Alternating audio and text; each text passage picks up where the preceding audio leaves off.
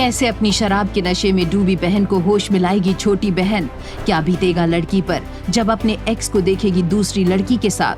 क्या मजबूरी में अपने भाई को बनाएगी एक लड़की अपना डांस पार्टनर?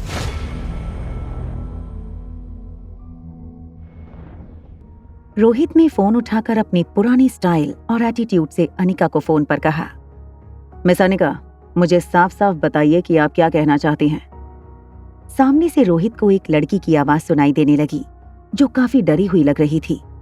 दरअसल श्वेता अनिका से कह रही थी, दीदी दीदी होश में आइए, क्या हो गया है आपको?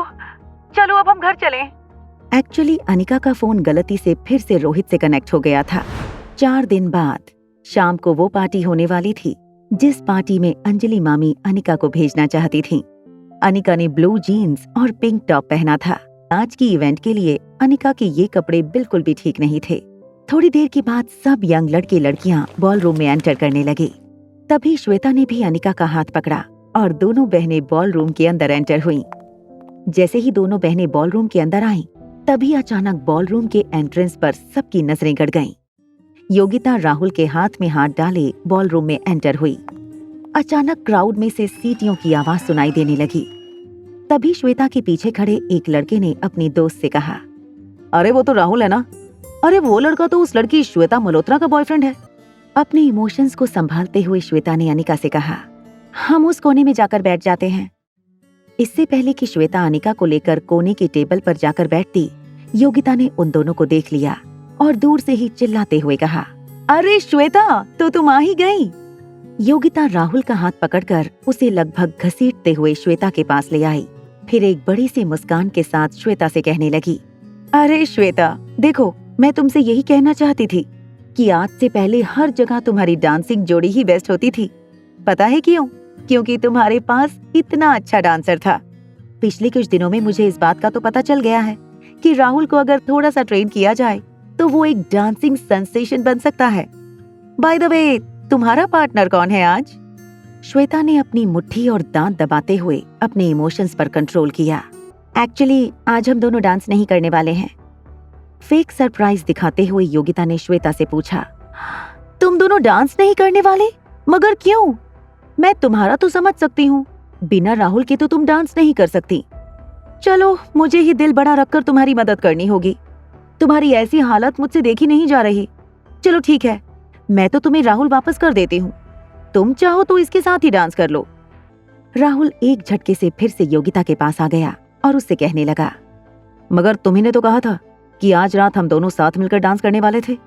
फिर अचानक तुम्हारा फैसला कैसे बदल गया? राहुल की इस बात पर योगिता ने अपनी उंगली अपने दांतों में दबाकर कहा, तुम्हारी बात तो सच है। चलो, हम चॉइस तुम पर ही छोड़ देते हैं कि तुम किसके साथ डांस करना चाहोगे। चलो बताओ राहुल, आज तुम्हारी डांसिंग पार्टनर कौन होगी?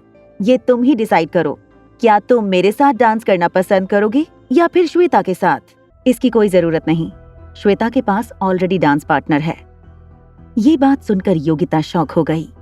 उसने श्वेता के आसपास देखते हुए अनिका से पूछा, अच्छा, कहाँ है? जरा हमें भी तो मिलवाओ कि आज मेरी कजन आखिर किसके साथ डांस करने वाली है। योगिता के चेहरे की क्यूरियोसिटी देखकर अनिका ने योगिता से कहा, इतनी भी जल्दी क्या है? जरा थोड़ी देर अपनी सांसें थाम कर रखो। जैसे ही पार्टी शुरू होगी तुम उसे देख भी लोगी और मिल भी लोगी। इस वक्त श्वेता की जो इंसल्ट हुई थी, उसके बाद श्वेता चाहती थी कि क्रिश उसका डांसिंग पार्टनर बनकर आज डांस पार्टी में डांस करे। श्वेता बार बार क्रिश को मैसेज कर रही थी। थोड़ी देर तक इंतजार करने के बाद श्वेता ने इरिटेट होकर क्रिश को फोन लगा दिया। फोन उठाते ही क्रिश ने गुस्से से श्वेता से कहा, और रहा हूँ, मैं कह दिया ना, अब बार बार फोन करके मुझे डिस्टर्ब मत करो। इससे पहले कि क्रिश फोन काटता, अचानक ही श्वेता को फोन पर किसी अनजान आदमी की आवाज सुनाई पड़ी। वो आदमी क्रिश से कह रहा था, अगर तुमने पैसे नहीं चुकाए तो तुम जानते नहीं तुम्हारा अंजाम क्या होगा। अभी श्वेता ने इतनी बात सुनी थी कि क्रिश ने फोन डिस्कनेक्ट कर दिया। फोन पर ऐसी बात सुनकर श्वेता अचानक ही बहुत टेंशन में आ गई। श्वेता ने अनिका से कहा, दीदी, मुझे लगता है कि क्रिश किसी बहुत बड़ी मुसीबत में फंस गया है। श्वेता की ये बात सुनकर अनिका भी हैरान हो गई थी। वो क्रिश को लेकर परेशान हो गई। अनिका ने सोचा कि एक बार वो क्रिश को फोन करके उससे बात करे। तभी अनिका और श्वेता की नजर हॉल के दरवाजे पर पड़ी। दरवाजे से क्रिश लड़खड़ाते हुए अंदर आ रहा था। कौन था ये अनजान आदमी और क्यों पैसे मांग रहा था वो क्रिश से?